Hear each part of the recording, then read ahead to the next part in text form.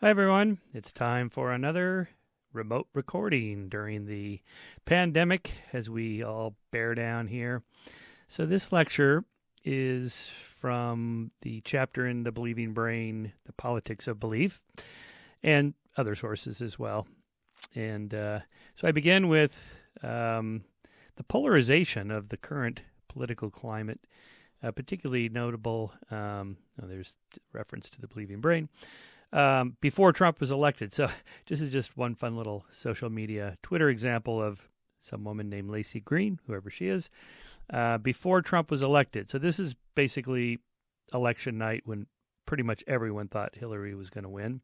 She writes, "Regardless of the outcome, we are clearly a deeply divided and broken country. So much work ahead to mend, heal, and restore the U in USA." Anyway, after Trump won, "We are now under total Republican rule. Textbook fascism. Fuck you, white America. Fuck you, you racist, misogynist pieces of shit. Good night." Oh, boy. That's a pretty powerful example of just how people feel about this.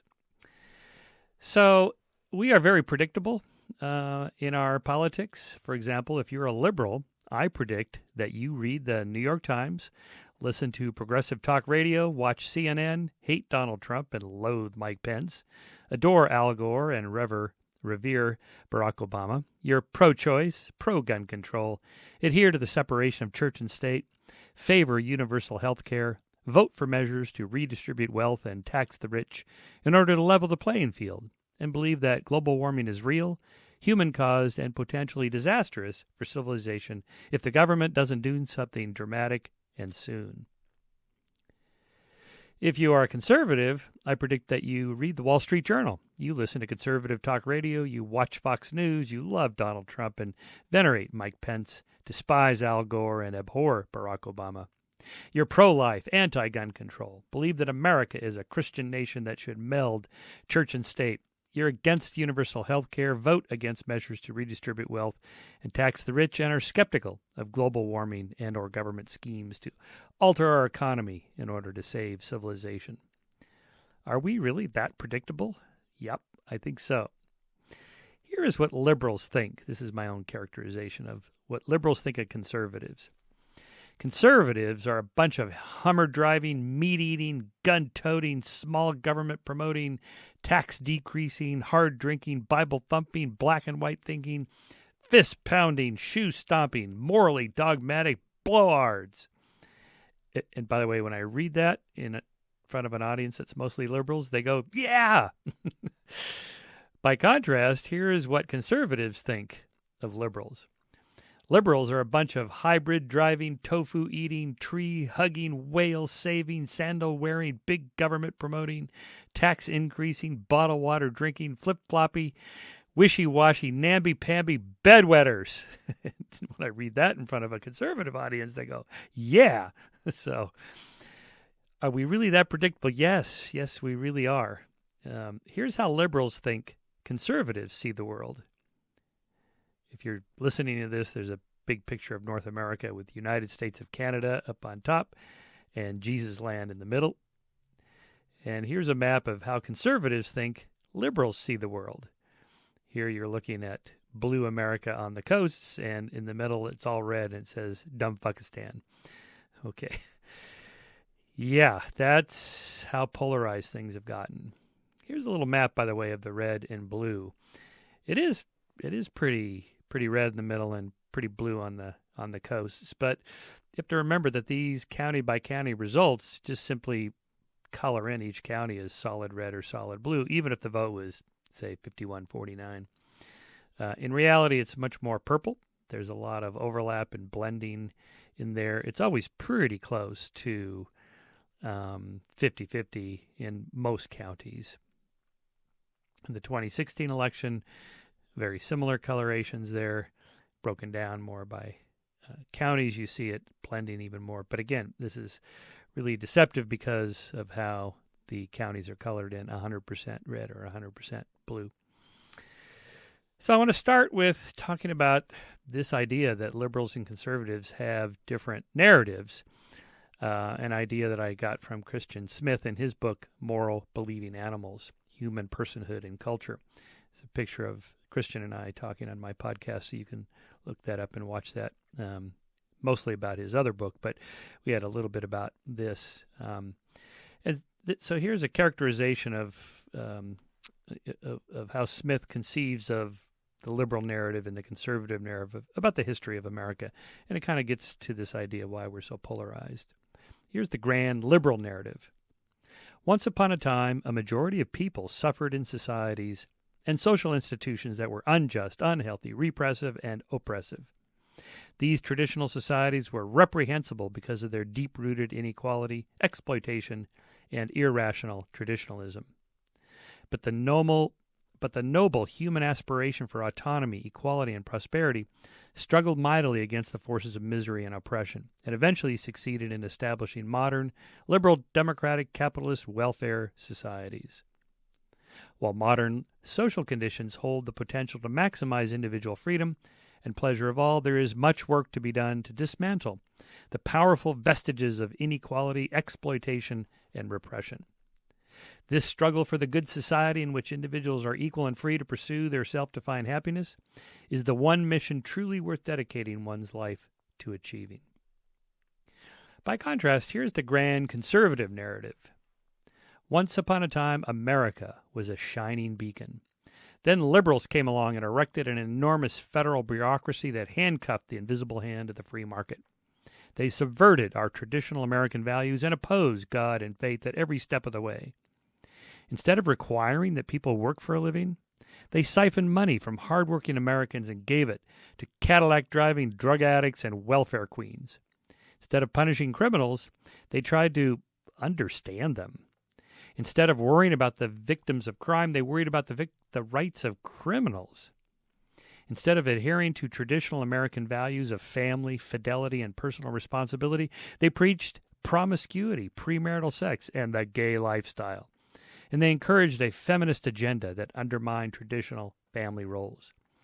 Instead of projecting strength to those who would do evil around the world, they cut military budgets, disrespected our soldiers in uniform, burned our flag, and chose negotiation and multilateralism. Then Americans decided to take their country back from those who sought to undermine it. These are pretty common themes. In short, the two narratives sound like this in just a sentence. Once upon a time, things were bad, and now they're good, thanks to our party. Or, once upon a time, things were good, but now they're bad, thanks to the other party. Obviously, that depends on who's in power. In 2008, for example, Barack Obama campaigned on change we need after 8 years of a Republican presidency. And in 2016, Donald Trump campaigned on making America great again after years of Democratic presidency. Fairly common. It really comes down to this question in politics. Should we preserve the present order or change the present order? And so by present order, I mean behind that, what's underneath that, foundational to it is a set of beliefs that we call ideology, which is a set of beliefs about the proper order of society and how it can be achieved. That is, should we preserve the present order or change it? Well, at the French Assembly of 1789, the delegates who favored preservation sat on the right side of the chamber, while those who favored change sat on the left. The terms right and left have stood for conservatism and liberalism ever since. So you can just Google things like this, the political spectrum, and you get this sort of left, center, right, and or if they break it down more, extreme left, socialism, liberals, moderates, conservatives, and extreme right, fascism. Or at the bottom there, the radical, liberal, moderate, conservative, reactionary, or far left, left of center, center, right, center, far right. As you know, most of politics happens, say, between the 240-yard lines, as they say, in the middle, in the center. The problem is that center has been widening, as we'll see in a moment. Europe shows a similar left-right spectrum. That is, if you break down in different countries, here's the average for the EU 28 countries, and then individual, some of the bigger countries, Germany, France, Great Britain, Italy, Spain, Poland, for example. Again, you see most of the politicking happens in the center, between center left and center right, and then the numbers get smaller as you move out toward the extremes. Although I think it's refreshing that they have more options than we have, mostly two in America. So here you see most of American politics is between those 2 points, liberalism and conservatism. As you go out to the left, socialism, communism, anarchism, or toward the right, monarchism, Nazism, and fascism. And, of course, the spectrum there is between slavery and slavery. Take your pick on the extremes.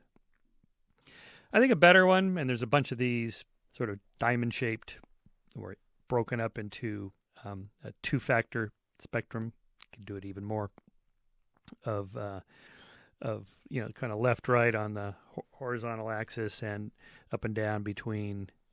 These are more sort of economic ideologies on the vertical axis.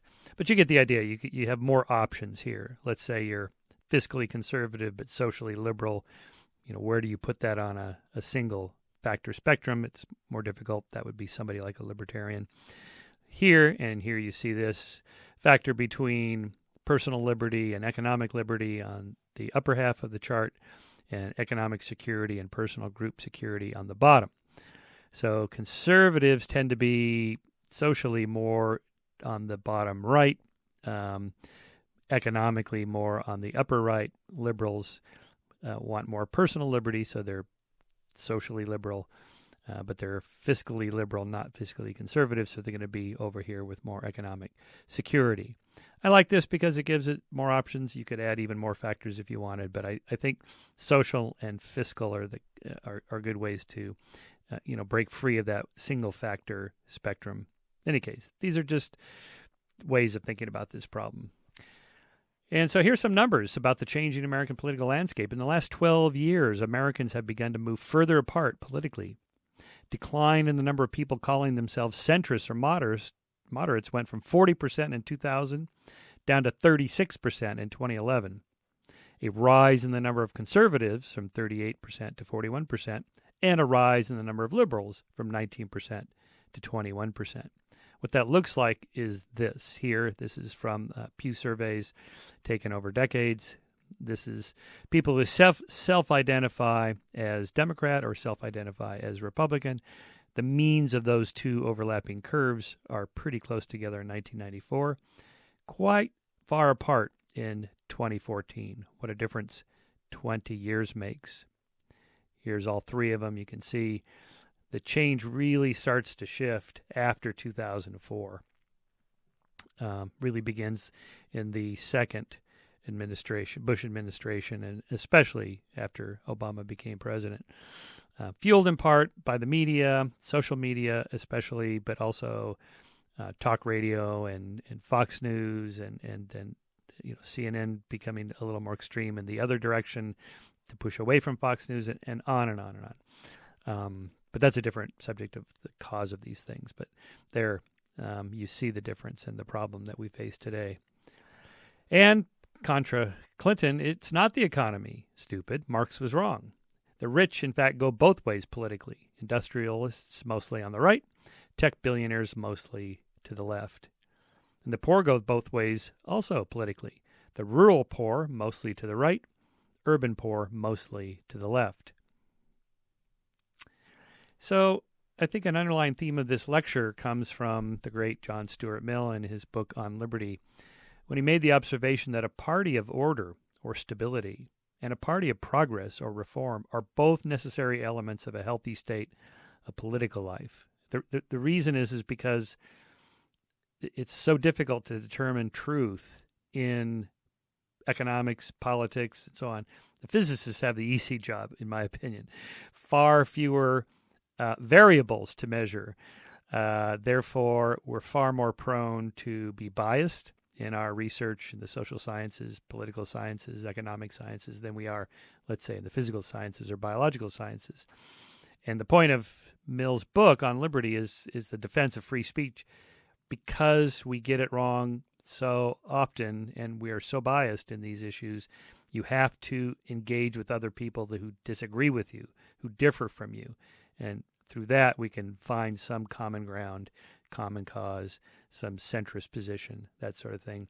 And so this kind of constant push back and forth between left and right is good. This is good. It keeps either side from getting too extreme.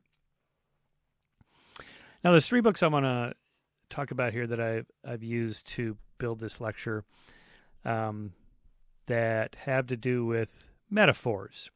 So when we're talking about government, politics, ideologies, a collection of people and how they think and act, this is really hard to get our mind around. How do you measure that, right? And in science, we use metaphors. And here I'm getting this from George Lakoff's great work, Moral Politics, How Liberals and Conservatives Think. And George is a cognitive psychologist. So what's he doing writing about politics and morality? I mean, isn't that what political scientists do or moral philosophers do? Yeah, but now social scientists are getting in on this, and I think that's really important. Because as a cognitive psychologist, Lakoff studies metaphors, and all scientists use metaphors. Like the cosmos is like a clockwork. This is, after the Newtonian revolution, Copernicus, Galileo, Kepler, and so on, culminating in Newton's mechanical universe. Then we began to think of the cosmos like a giant clock. Okay, it's not a clock, but it's a metaphor for at that time. And, Darwin opens his great work on the origin of species with a metaphor for evolution and natural selection, and that is selective breeding by breeders, horse breeders, pigeon breeders, and so forth, and that nature acts like a selection process that breeders use. Well, no, it doesn't.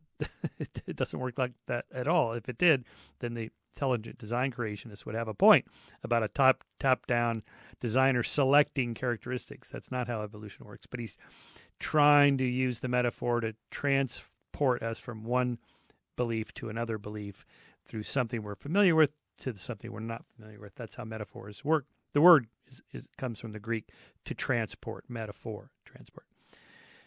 Or more recently, that the mind is like a computer. So I just had a podcast episode with this new book out on the idea of the idea of the brain. Matthew Cobb is a neuroscientist, and one of the things he debunks in this book is that the history of the study of the brain has been a history of the use of metaphors.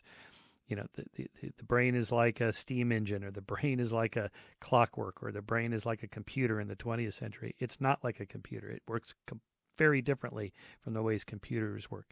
But it's so hard to understand, we got to use metaphors. Okay, the point of this is Lakoff then transfers to talking about political metaphors.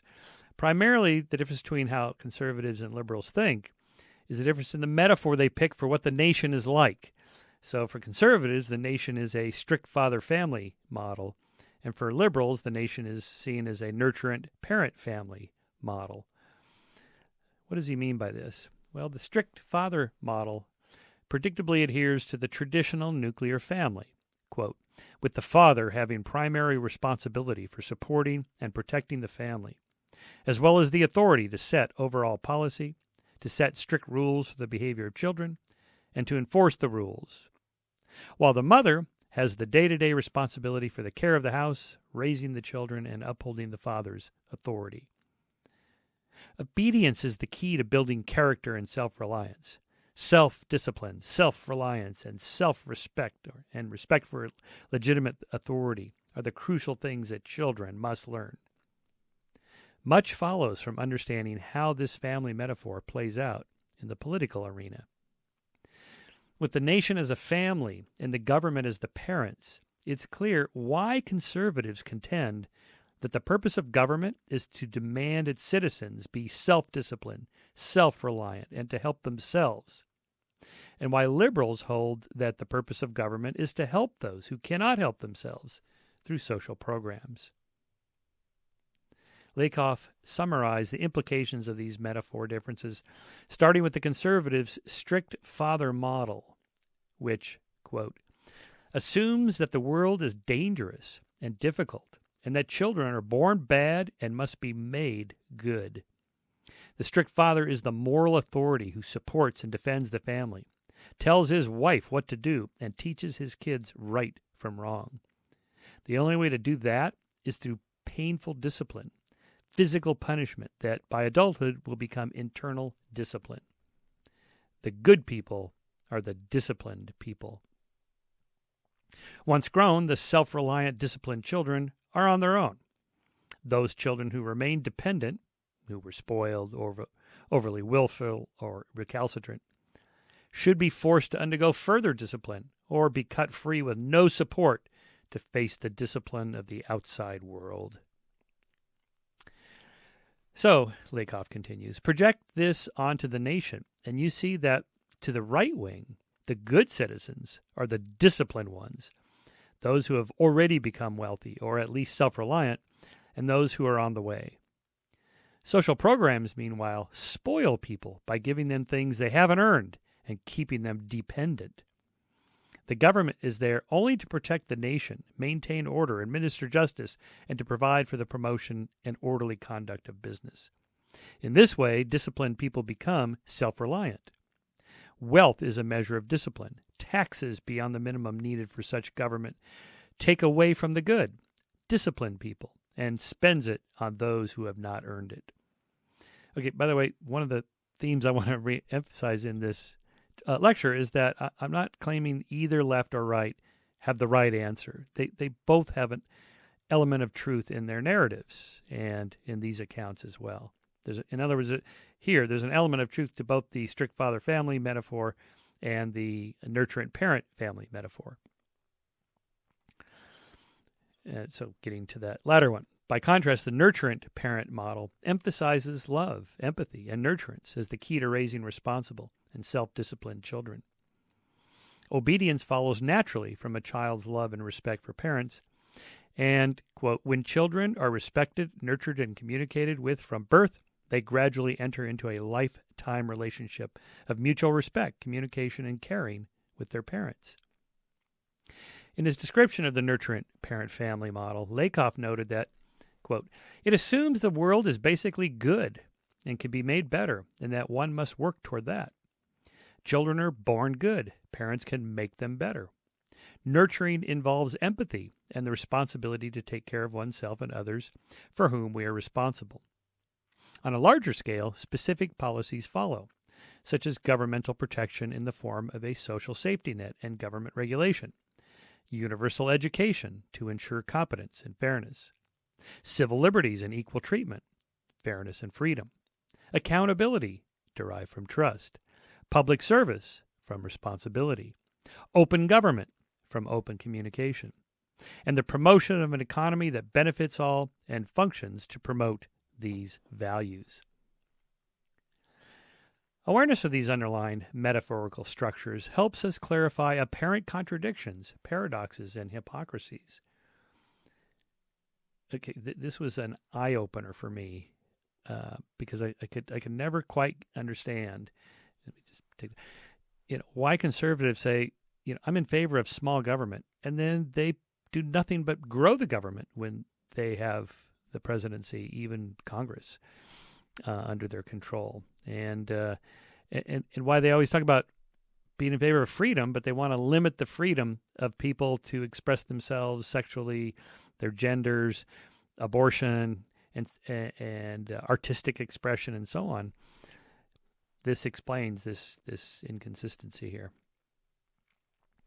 When conservatives say they are in favor of small government and limited governmental powers, liberals rightly point out their hypocrisy when they call for an increase in military spending, demand that the borders be enforced, increase the reach of the Department of Homeland Security and the National Security Agency, step up police presence, insist on law and order, expand the power of the courts, and to this I would add, building lots of jails, which are expensive, and the like, all of which require bigger government and more federal intrusion into the private lives and individual liberties of American citizens.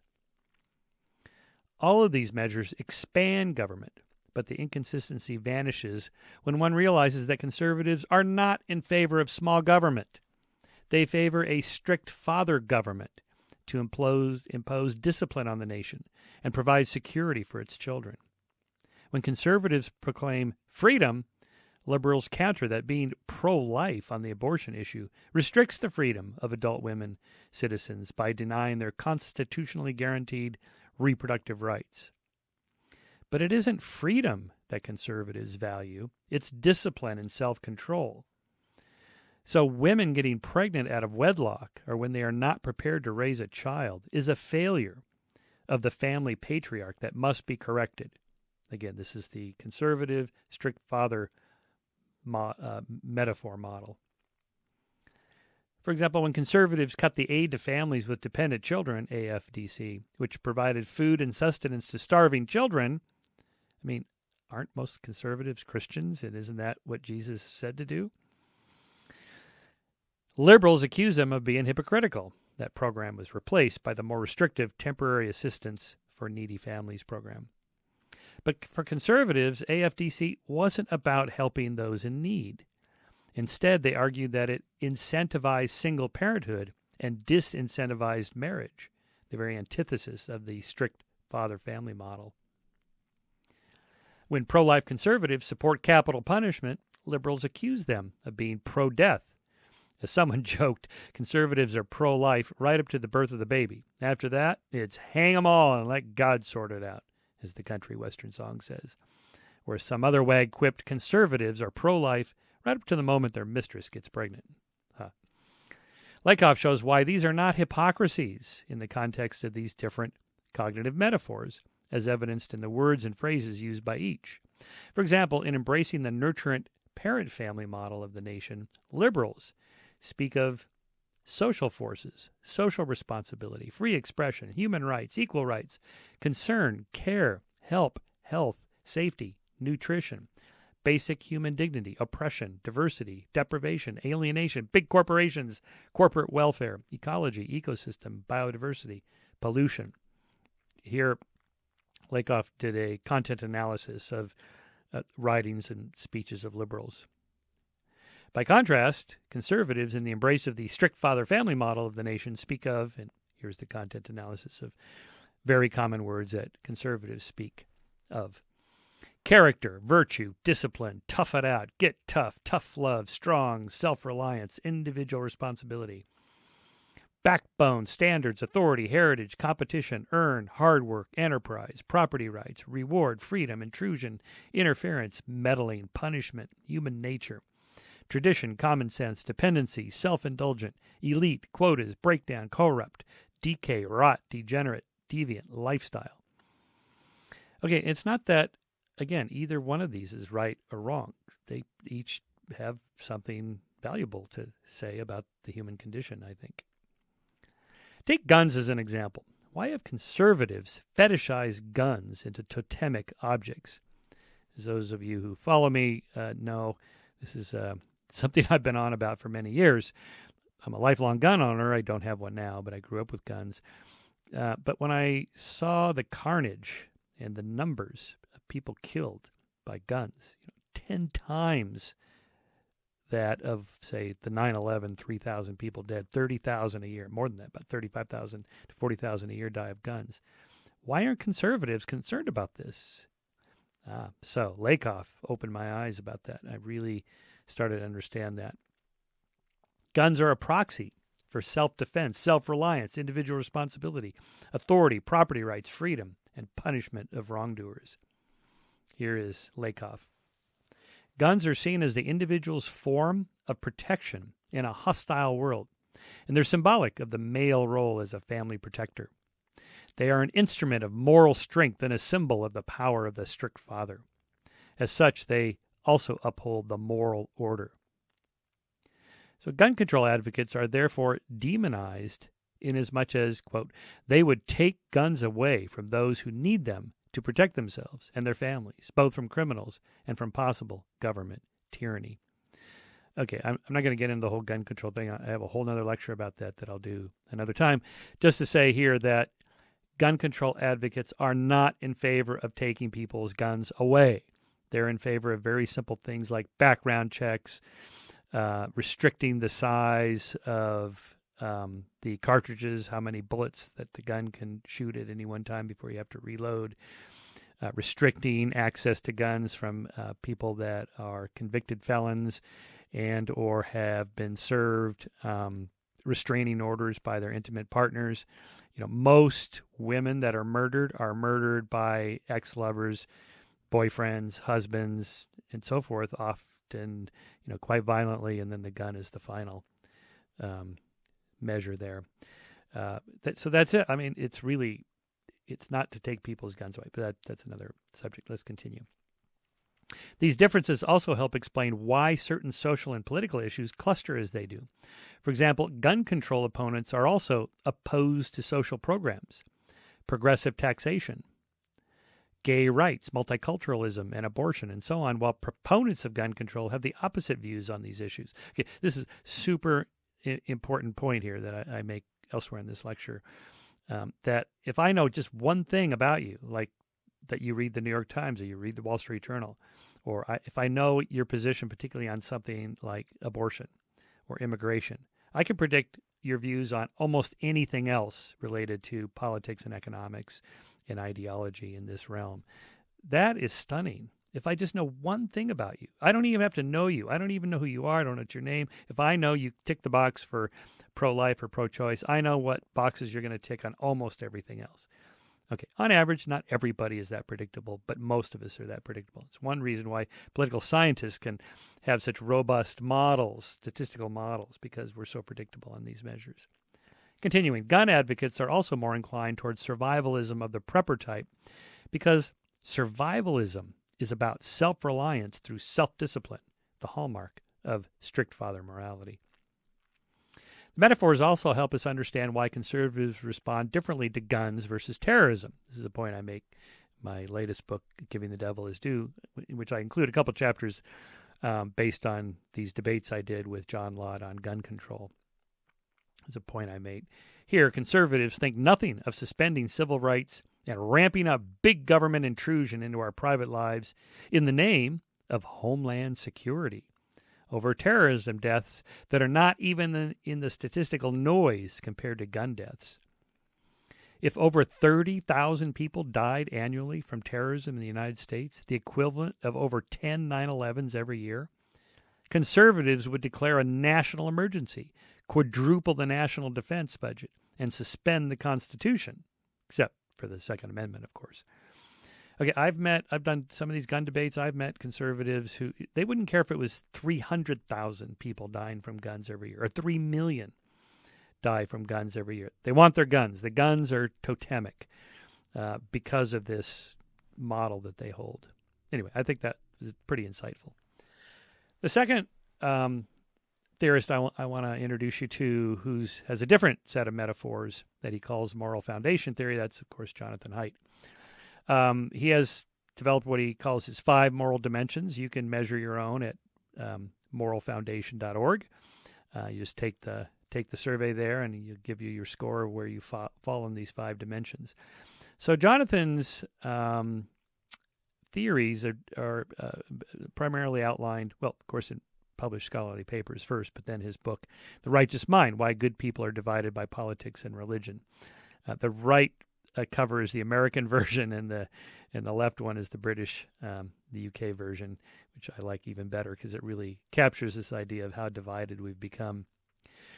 So by way of background, before I give you the 5 dimensions here, Jonathan, for his doctoral research, gave people a thought experiment and then asked them their opinions morally on these scenarios. So here's the first one, the most famous one. Julie and Mark are brother and sister. They're traveling together in France on summer vacation from college.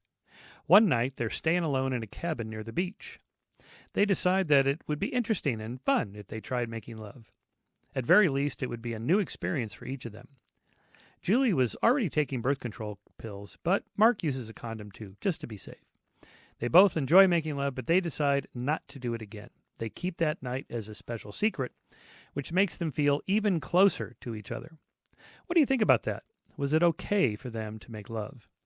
Okay, well, if this lecture was live with an audience here, I would ask you your opinions. And I've been doing this for many, many years with a lot of different classes. And pretty much everyone says, no, that just is not right, which is exactly the response Haidt got when he conducted his research. Almost everybody says it's wrong. It's morally wrong. They shouldn't do it. But when you press them why, most people have a hard time articulating why. They'll try to come up with something practical, like, well, she might get pregnant. Well, no, they use 2 forms of birth control. Well, it'll ruin their relationship. No, it brought them closer together. Well, people will find out and judge them harshly. No, they kept it a secret. Well, just yuck. And it's the yuck part that Jonathan was after here in this research. That is these. Okay, continuing with the research by Jonathan Haidt and his thought experiments with subjects challenged for some of these moral issues. A woman is cleaning out her closet and she finds her old American flag. She doesn't want the flag anymore, so she cuts it up into pieces and uses the rags to clean her bathroom. And then Jonathan would ask, how do you feel about that? Is that okay? And again, lots of people said, no, that's just wrong, although they couldn't really articulate why. Even more disturbing, here's another one. A family's dog was killed by a car in front of their house. They had heard that dog meat was delicious, so they cut up the dog's body and cooked it and ate it for dinner. Was that okay? Again, most people go, ooh, no. Or even more bizarre, a man goes to the supermarket once a week and buys a dead chicken. But before cooking the chicken, he has sexual intercourse with it. Then he cooks it and eats it. Yeah, yikes. Okay, so the point of this is that philosophical thought experiments like this, which then is part of experimental philosophy when you do what Jonathan does, which is actually ask people their opinions and then do statistical analyses on their answers and so forth, is that these thought experiments drill down to a person's core beliefs or emotions, moral emotions, to see how far their own moral principles will hold and where they apply them and where they don't. Anyway, so the 5 moral dimensions that Haidt derives from these surveys he gives. 1, harm care, which we think is an evolved mammalian attachment system that means we can feel the pain of others. That is, we care about them and we are concerned about harm done to them. The second one is fairness reciprocity, or the evolution of reciprocal altruism, generates a sense of justice.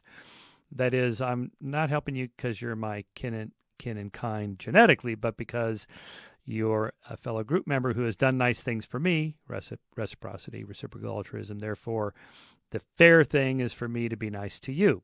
So fairness, reciprocity. 3, in-group loyalty. Well, we know we're a hierarchical social primate species. We're very tribal, so we have these evolved in-group moral emotions that are registered in some of these surveys. 4, authority and respect. That is, evolved hierarchical social structures translates to respect for authority and tradition. And purity, sanctity, evolved the emotion of disgust related to disease and contamination that underlies a sense of bodily purity. Okay, so that on the last one, so looking at these 5, you can kind of predict where liberals are going to fall and where conservatives are going to fall. Obviously, liberals are going to be lower on things about obsessing about the purity and sanctity of the body and respect for authority and hierarchy and tribalism, nationalism, patriotism, faith, flag, and family. Oh, those are very strong conservative values here. It's not that liberals don't value them. They don't value them as much. Anyway, here's what it looks like in Jonathan's cluster of the 5 moral dimensions. There's a moral focus on individual rights, harm, care, fairness, reciprocity, and a moral focus on group cohesiveness. So morality has to do with either one or the other. Again, everybody shares some of these, but the emphasis on them by groups. Or another metaphor that Haidt uses is a 5-channel moral equalizer, where liberals tend to emphasize 1 and 2, individual morality, and conservatives tend to emphasize all 5, but more so 3, 4, and 5, or group binding. And once again, it's not that conservatives don't care about fairness and reciprocity, or that liberals don't care about group cohesiveness. It's just an emphasis of how far up or down the dials are set. So here's just it's very early data that Jonathan gave me of USA 23 N of 23,000. The N now is millions have taken these surveys. And in general, you can see on the left, liberals tend to emphasize harm, fairness over authority, group, in-group, and purity. Not that they don't care about it, they do, but not as much as conservatives do here, who also value harm and fairness, but not as much as liberals. And so there's lots of slides that show different states, different countries, and so on, but the overall cluster holds true for most people in most countries. Even if you're in a European nation where you have a bunch of different political parties, they still cluster left and right. So you still get an effect like that. Another way to look at it, these slides from Jonathan Haidt, where you have a liberal moral matrix to the left. The most, for you, would be on this side, I guess. The most sacred value is care for victims of oppression. So you get emphasis on harm care. Well, okay, there's 6 of them here. So Jonathan has since added to his 5 moral foundations this one, liberty and oppression, because libertarians, like me, objected to only 5. I'm sort of a libertarian, kind of a classical liberal now, I guess, more centrist in my positions. Anyway, that doesn't matter. But for the liberal moral matrix, harm care is the strongest, then liberty and against oppression, and then fairness and against cheating. The social conservative moral matrix, the most sacred value is preserve the institutions and traditions that sustain a moral community. So they have a more balanced of all 6 of the moral values: harm care, liberty, oppression, fairness, cheating, loyalty, betrayal, authority, subversion, sanctity, degradation. The way these are labeled this time, you have the positive and then the negative. It's the emotional valence of them then is contrasted. And then in the authoritarian moral matrix, you get a focus on preserving oneness and sameness, preserve society as a superorganism. Here you're going to get more the sort of social conservatism of loyalty, authority, and sanctity as stronger values than these. Interestingly, say conservative Christians on the far right would not be very libertarian. That is, they don't really care about liberty so much. They're willing to oppress people in the name of these values over here. Again, not judging, just explaining why people act the way they do. Then there's the libertarian moral matrix. The most sacred value is individual liberty. Just sort of washes out all the other moral foundational principles there. So let me just say a word about that. I really like Matt Kivey's book.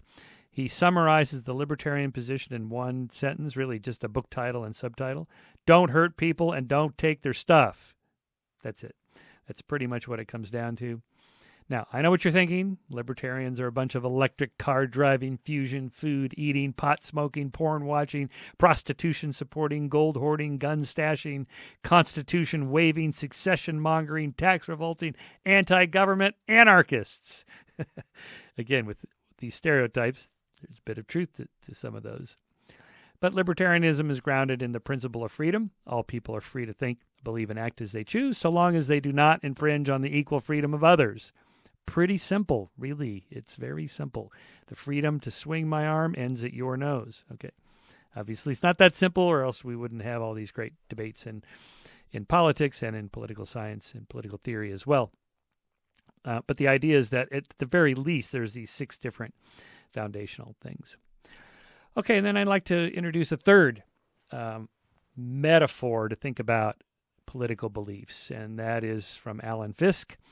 His book on this is Structures of Social Life, the 4 Elementary Forms of Human Relations. Okay, what are the 4? Here they are. 1, communal sharing. 2, authority ranking. 3, equality matching. And 4, market pricing. So communal sharing is where we freely share resources within a group. There's no tab keeping. It's very egalitarian.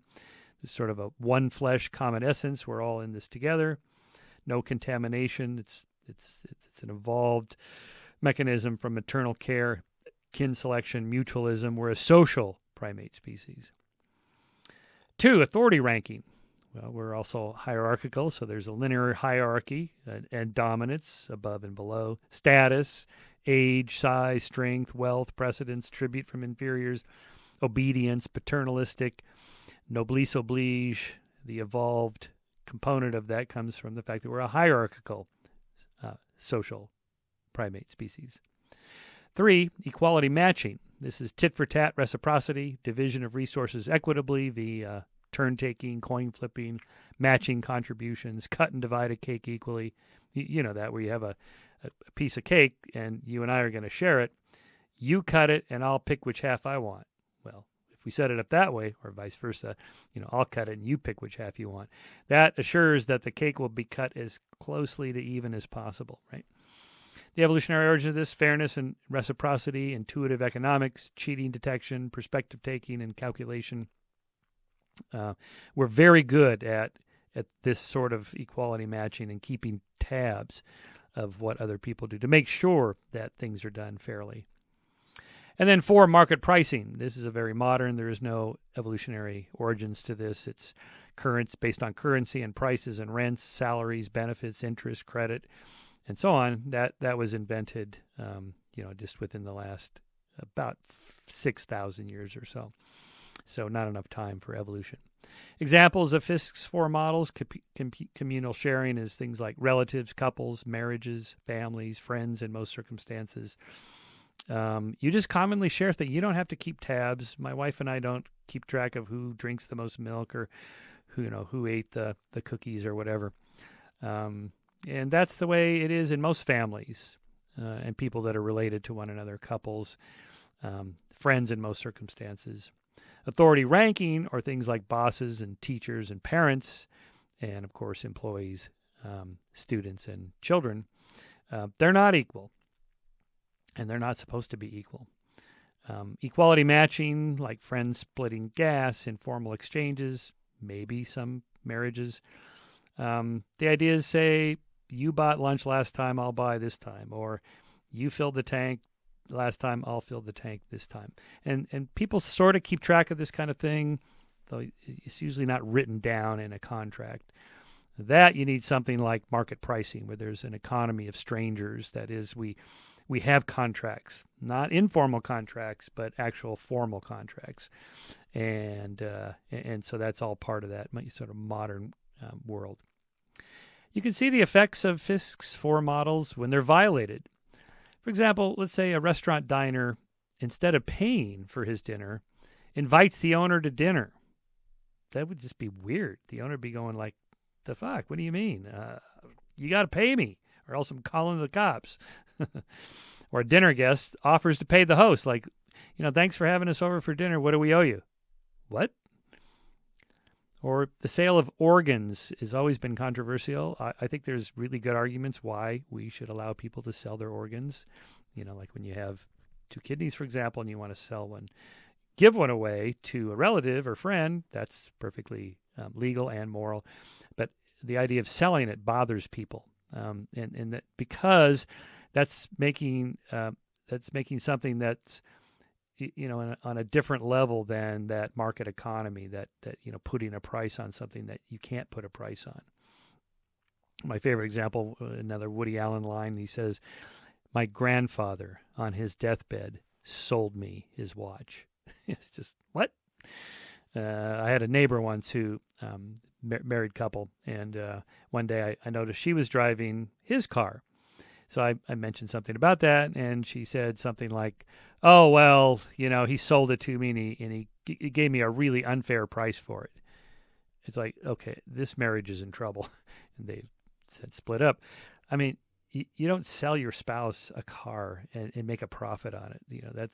That's violating one of these 4 relational models, or violating at least one of them. And we struggle with that with public and private roads. We're so used to roads being public that the idea of privatizing all roads seems wrong. That just seems like a communal sharing kind of thing that we all pay for. sex between boss and employee, teacher and student, or parent and child, the reason we have taboos and now laws about those is because it violates that authority ranking, and it treats it as if it's a communal sharing, or it's a different kind of personal relationship when it's not. Prostitution always has been controversial because sex is usually within communal sharing and equality matching, not market pricing. You don't put a price on sex, and when you do, it bothers people. It's what made this film so controversial. This film is called Indecent Proposal, in which Robert Redford's millionaire, he's a billionaire, whatever. He meets Woody Harrelson and Demi Moore in a club somewhere. They're playing pool or whatever. Anyway, so he offers them $1 million if she'll sleep with him. We just spend one night with him. Right. So, they kind of laugh it off. They're not going to do it. But then, they're a poor young couple and they decide, well, we could use the money. And so she convinces them that it's worth doing. She's just sex. It's just a physical thing. It doesn't matter. There's no emotions or feelings and so on. Anyway, so she does it. And of course, the Woody Harrelson character is just losing his mind. He's beside himself, of course, with jealousy. And then in the end, though, he doesn't just have sex with her. I mean, he takes her out for like the best date she's ever had or whatever. Anyway, she ends up kind of liking him, and then he feels bad about that, so he breaks up with her. And that's neither here nor there. The point is that it was a controversial movie because it's like, would anybody really put a price on something that belongs in communal sharing like sex? Anyway, that's why prostitution is in a way morally questionable for a lot of people, because it just feels like the kind of thing you shouldn't be selling, even if it's consenting adults. And you would think conservatives would agree with that because they're supposed to be in favor of freedom, autonomy, liberty.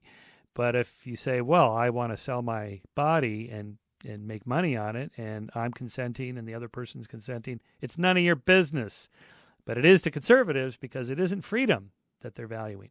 It's one of Haidt's moral foundations of the purity and sanctity of the body, or this communal sharing in Fiske's models that putting a price moves it into a different category, and that feels wrong. Anyway, so the point of this is an indecent proposal like that requires an indignant refusal. It's not enough to say you are moral and understand these relational models. You have to show deep intention and feeling. You must signal your understanding by being morally outraged. And this is the basis of true morality. Okay, so now we get to a couple of theories on this. Steven Pinker's ideas in The Better Angels of Our Nature, which, by the way, I think is one of the most important social science books ever written. And the sequel to that is also well worth reading, Enlightenment Now. Here's how Steve puts it. Morality consists in respecting or violating one of the relational models, betraying, exploiting, or subverting a coalition, contaminating oneself or one's community, defying or insulting a legitimate authority, harming someone without provocation, taking a benefit without paying the cost, peculating funds or abusing prerogatives. That's what morality is all about. It's similar to what Haidt argued in The Righteous Mind. And by the way, if I recall correctly, he credits Alan Fiske, who I believe was one of his professors when he was a graduate student, with developing his moral foundations theory. Here's what Haidt says. Moral judgment is not about finding the truth. It is more about broadcasting the kind of person you are to people you want to like you. You might call it moral posturing. Moral systems are interlocking sets of values, virtues, norms, practices, identities, institutions, technologies, and evolved psychological mechanisms that work together to suppress or regulate selfishness and make social life possible. So back to where I began this with these, sort of left and right seeming dichotomy. You can see the logic behind it, as Bertrand Russell wrote. From 600 BC to the present day, philosophers have been divided into those who wish to tighten social bonds and those who wish to relax them. It is clear that each party to this dispute, as to all that persists through long periods of time, is partly right and partly wrong. Social cohesion is a necessity, and mankind has never yet succeeded in enforcing cohesion by merely rational arguments. Every community is exposed to two opposite dangers: ossification through two. Continuing, as James Madison wrote in Federalist Paper number 51, one of the most famous quotes here, "If men were angels, no government would be necessary. If angels were to govern men, neither external nor internal controls on government would be necessary." Lincoln put it even more dramatically in his 1961 inaugural on the eve of the Civil War. "Though passion may have strained, it must not break our bonds of affection. The mystic cords of memory, stretching from every battlefield and patriot grave to every living heart and hearthstone all over this broad land, will yet swell the chorus of the Union when again touched, as surely they will be, by the better angels of our nature." Now you see where Pinker got the title of his book.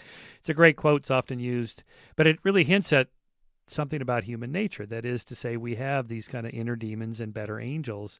And the whole point of civil society, the whole point of getting it right, getting the formula right for politics, is to enable the survival and flourishing of humans in society in the most efficient, effective way possible. And that's the experiments we've been running. But they're grounded in human nature. Two more books, I think, that we'll wrap up this lecture with. Thomas Sowell's A Conflict of Visions, Ideological Origins of Political Struggles, and Steven Pinker's The Blank Slate, The Modern Denial of Human Nature. Okay, Sowell is just, I haven't talked about him yet in this lecture.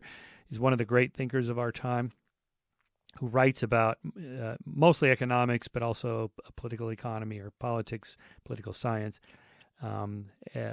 He's an economist, but also from kind of a human nature perspective.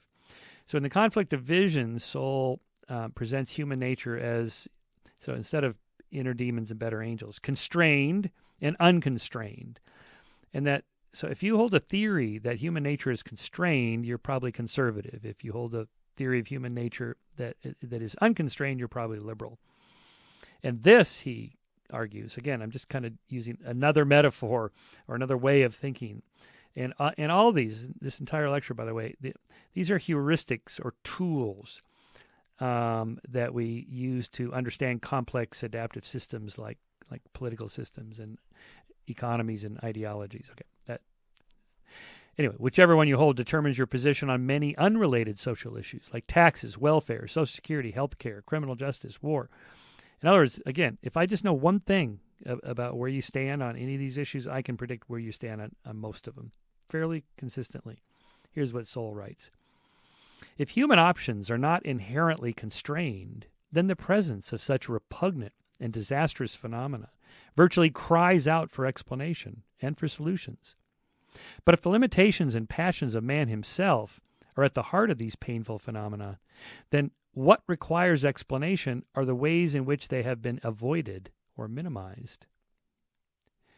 And then he continues, in the unconstrained vision, there are no intractable reasons for social evils, and therefore no reason why they cannot be solved with sufficient moral commitment.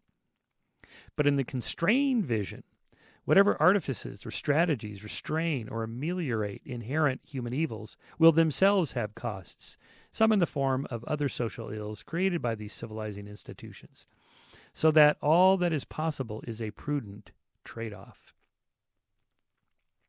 Now, in his book, The Blank Slate, Pinker relabels them and talks about them in a little bit of a different way. Again, different metaphor, brings a different perspective, really good. So his unconstrained, his version of of Sowell's unconstrained human nature is the utopian vision, and constrained is the tragic vision. So what Pinker calls the utopian vision that seeks to articulate social goals and devise policies that target them directly. Economic inequality is attacked in a war on poverty, pollution by environmental regulations, racial imbalances by preferences, carcinogens by bans on food additives. The tragic vision points to the self-interested motives of the people who would implement these policies, namely the expansion of their bureaucratic fiefdoms, and to their ineptitude at anticipating the myriad consequences, especially when the social goals are pitted against millions of people pursuing their own interests. So in The Believing Brain, I put all these on a spectrum because I prefer, instead of a binary this or that, just a spectrum. It could slide the dials across the spectrum of what I call a realistic vision of human nature.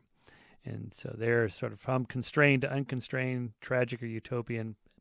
Again, pick your metaphor. In the realistic vision, human nature is relatively constrained by our biology and evolutionary history. And therefore, social and political systems must be structured around these realities, accentuating the positive and attenuating the negative aspects of our natures. Again, squelch down the inner demons, rise up the better angels. Pick your metaphor. A realistic vision rejects the blank slate model that people are so malleable and responsive to social programs that governments can engineer their lives into a great society of its design, and instead believes that family, custom, law, and traditional institutions are valuable sources for social harmony. Okay, that sounds conservative, but actually when you drill down, most liberals also accept something like that in a realistic vision. They just want to add some government programs to help the needy and the people that fall through the cracks and so on. The realistic vision recognizes the need for strict moral education through parents, family, friends, and community, because people have a dual nature of being selfish and selfless, competitive and cooperative, greedy and generous. And so we need rules and guidelines and encouragement to do the right thing. That's what social norms are for, and religious laws and political laws and so forth. The realistic vision acknowledges that people vary widely, both physically and intellectually, in no small part because of natural inherited differences, and therefore will rise or fall to their natural levels. And there are at least 12 lines of evidence in support of the realistic vision. So these I pound through with tons of references in the book, but just briefly here is one: the clear and quantitative physical differences among people in size, strength, speed, agility, coordination, and other physical attributes that translates into some being more successful than others, and that at least half of these differences are inherited. Half. But, by the way, that leaves half not inherited, that you can train for, practice, develop, and so on. Okay. 2, the clear and quantitative intellectual differences among people in memory, problem-solving ability, cognitive speed, mathematical talent, spatial reasoning, verbal skills, emotional intelligence, and other mental attributes that translates into some being more successful than others, and that at least half of these differences are inherited.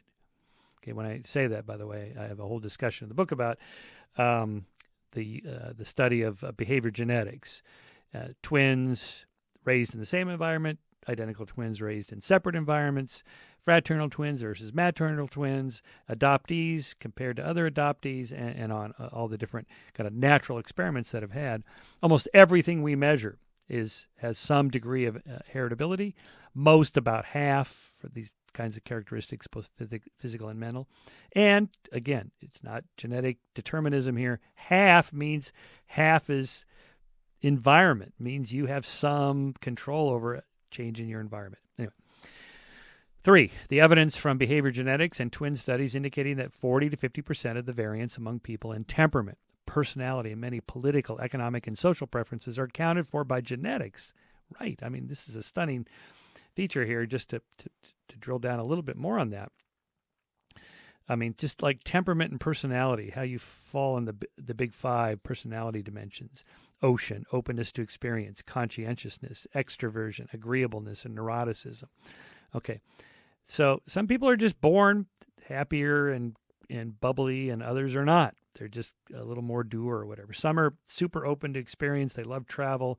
They love learning new things and meeting new people and going into environments they've never been in before. Feels a little risky, kind of exciting. Other people, they don't like that. They really don't like travel. They like things that are predictable. They like things that are fixed and stayed and don't change much. They're not crazy about meeting new people. And as you might predict, they're not crazy about immigrants coming into their country and so on. And so people vary by that, but there's a hint right there.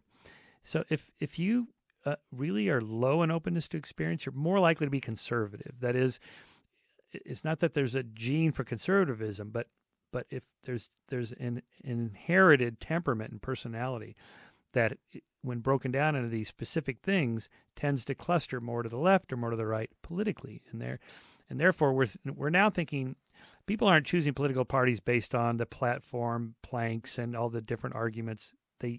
Those are important after the fact, after you've already identified with one party or the other because it just seems the right thing for you, based, again, on some inherited temperament, but also your family, how you were raised, the environment, and so on, influences like that. Then you back in to it with those arguments after you've already picked your sides. This is what I call in the Believing Brain belief-dependent realism. That is, the belief comes first, and then you alter the perceptions as they come in and sort them according to the category you prefer. All right, continuing. It's genes and environment. So behavior genetic models, again, just sort of repeating this, 55% of variance in religious and political attitudes is genetic. 39% can be attributed to the non-shared environment, and 5% is unassigned. That is, we just don't know what it is and don't know what to call it. And 3% is attributable to the shared family environment and hence to cultural transmission via parents. So this is the argument that parents don't matter that much on the ultimate outcome of where you fall religiously, politically, and so on. We're sorting ourselves out by these other preferences that we have, just who you feel like hanging around with and talking to and kind of environments you like to be in. That's temperament. But that translates into politics. Some of this comes from Frank Sulloway's research in his book, Born to Rebel. Great book, really important book. And so he talks about the birth order people fall in based on their niche competition within the family. And so if you think of sort of a Darwinian model where firstborns, by dint of being first, are bigger, stronger, smarter, faster, and so on than their laterborns, just simply and they get more parental attention and so on. The laterborns come, they have to compete in a different way. That is, not by doing traditional things that parents expect, but by being a little more rebellious. Anyway, I'm not going to go into super detail here on this, but Frank's idea is that firstborns tend to lean more toward being conservative, laterborns more toward liberal causes, and this breaks down into specific things. It's on average. It varies a lot depending on what we're talking about here. So please do read the book and don't take this sort of brief diversion for that. Anyway, continuing. Number 4, the failed communist and socialist experiments around the world throughout the 20th century revealed that top-down draconian controls over economic and political systems don't work. Too far left. And, of course, same thing on the right, too far to the right. 5, the failed communes and utopian community experiments tried at various places throughout the world over the last 150 years demonstrated that people by nature do not adhere to the Marxian principle, from each according to his ability, to each according to his need. We know, not only from historical experiments that have been run for the last couple of centuries, but social psych experiments and research, people don't mind inequalities because they recognize that people are unequal. What they mind is unfairness, when the system is rigged and some people unfairly get something they don't deserve, which is much more likely to happen in a communist socialist environment than it is in, say, a democracy. 6, the power of family ties and the depth of connectedness between blood relatives. Communities who have tried to break up the family and have children raised by others provides counter-evidence to the claim that it takes a village to raise a child. As well, the continued practice of nepotism further reinforces the practice that blood is thicker than water. Now, sometimes it does take a village, but it also takes a family. Okay. In other words, both. 7, the principle of reciprocal altruism, I'll scratch your back if you'll scratch mine, is universal. People do not by nature give generously unless they receive something in return, even if what they receive is social status. I talked about reciprocal altruism in a different lecture. 8, the principle of moralistic punishment. I'll punish you if you do not scratch my back after I have scratched yours, is universal. People do not long tolerate free riders who continually take but almost never give. Here I have a slide up of a data chart from experiments on, these are common games. So you have subjects around a table, say, and each is given an equal amount of money, or tokens. Usually it's some beer money for students. And they have the option of putting in some or all of their money, first anonymously, so no one knows who gave what. And then the experimenter, I think he doubles the size of it. No, he multiplies it by 1.5, and then distributes it evenly amongst all the players around the table. So everybody gets a windfall, but you can get a bigger windfall if you hold back and you don't put all of your money in. You don't donate everything. Pretty soon, as you can see with these, when there's no punishment, the blue line, then cooperation collapses pretty quickly because people can see that others are cheating. That is, they're holding back. They're not giving as much and hoping to rig the system a little bit in their favor over the other players. But the moment you have transparency where everybody can see what everybody else gave and punishment for those who don't give as much, then cooperation goes up. Not surprising. That's what, again, norms and laws are for. It's not that people are all selfish or all selfless. It's they mostly want to do the right thing, but they have to know that other people are also doing the right thing so they don't get cheated, because in our evolutionary history, if you were a sucker and you got taken advantage of, your genes probably had less of a chance of succeeding. Continuing with my dozen, 9, the almost universal nature of hierarchical social structures. That is, egalitarian only works, barely, among tiny bands of hunter-gatherers in resource-poor environments where there is next to no private property. When a game animal is hunted, extensive rituals and religious ceremonies are required to ensure equal sharing of the food. In other words, we're not by nature egalitarian, that we just want to do that. We have a side of us that gets rewarded. You get a dopamine hit, you feel good about helping other people, but it really needs to be in a context where there's some social recognition of that's a good thing. So our inner demons say, well, I want to be selfish. Our better angels say, well, I want to do the right thing. And you have that kind of constant battle. So the point of having norms and laws and rules and so forth is to encourage the one and discourage the other. And that's what we see. These are the amount of sharing people do based on how hierarchical, or if they reinforce egalitarianism. Anyway, continuing. Number 10, the almost universal nature of aggression, violence, and dominance, particularly on the part of young males seeking resources, women, and status. And how status seeking in particular explains so many heretofore unexplained phenomena, such as high risk-taking, costly gifts, excessive generosity beyond one's means, and attention-seeking.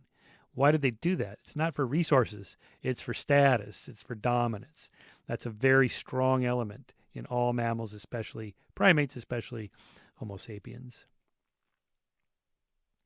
11, the almost universal nature of within-group amity and between-group enmity, wherein the rule of thumb heuristic is to trust in-group members until they prove otherwise to be distrustful, and to distrust out-group members until they prove otherwise to be trustful. So most ceremonies and norms about interacting with people in other groups is based on this idea that we're very generous, pro-social, cooperative within our groups. To get you to be nice to people in other groups, that requires something else, some sort of trust but verify, as Reagan said.